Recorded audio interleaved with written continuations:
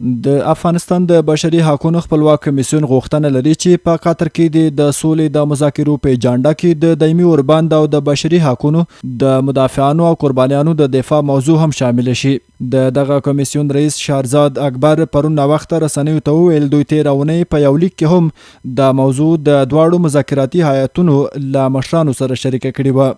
د بشري حقوقو خپلواک کمیسیون د غوښتنې په داسې حال کې کوي چې په پام کې و په قطر کې د مذاکرو دویم پړاو نن سه شنبه تر شل ورځې وقفې وروسته بیا پیل شي، خو پرون د دولت د هیئت سفر وځنډید چې دلیل ظاهرا هوا خرابوالی ښودل شوی و. د دولت مذاکره کوونکي هیئت ویلي چې دوی به د مذاکرو په پاتې پړاوونو کې پر دایمي اوربند د نظام پر څرنګوالي او د بشري حقوقو پر ارزښتونو هم بحث وکړي.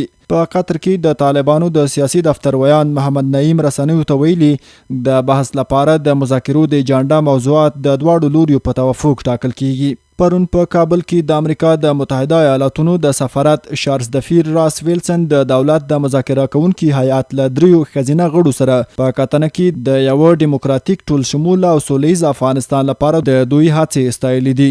د بین الافغاني مذاکرو لومړی پړاو د سپټمبر پر 12 په قطر کې پیل شو، خو دواړه لوري تر 3 میاشتو وروسته وتوانیدل د اصلي مذاکرو پر اجنډا او مقدمه موافقه وکړي. په دې موده کې په افغانستان کې جګړې هم شدید شوې او هدفي وژنې هم زیات شوې.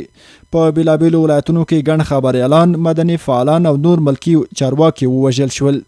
د افغانستان د سولې لپاره د واشنگټن ځانګړي استازي زلمی خلیلزاد تیر شپه په ټویټونو کې ویلي د هدفي وژنو په ګډون د تاوتریخوالي اوسنۍ سطحه د منلو نه ده. د ښاغلي خلیلزاد په خبره هغه کسان چې تاوتریخوالي غځوي غواړي د سولې بهیر او د افغانستان راتلونکی زیانمن کړي.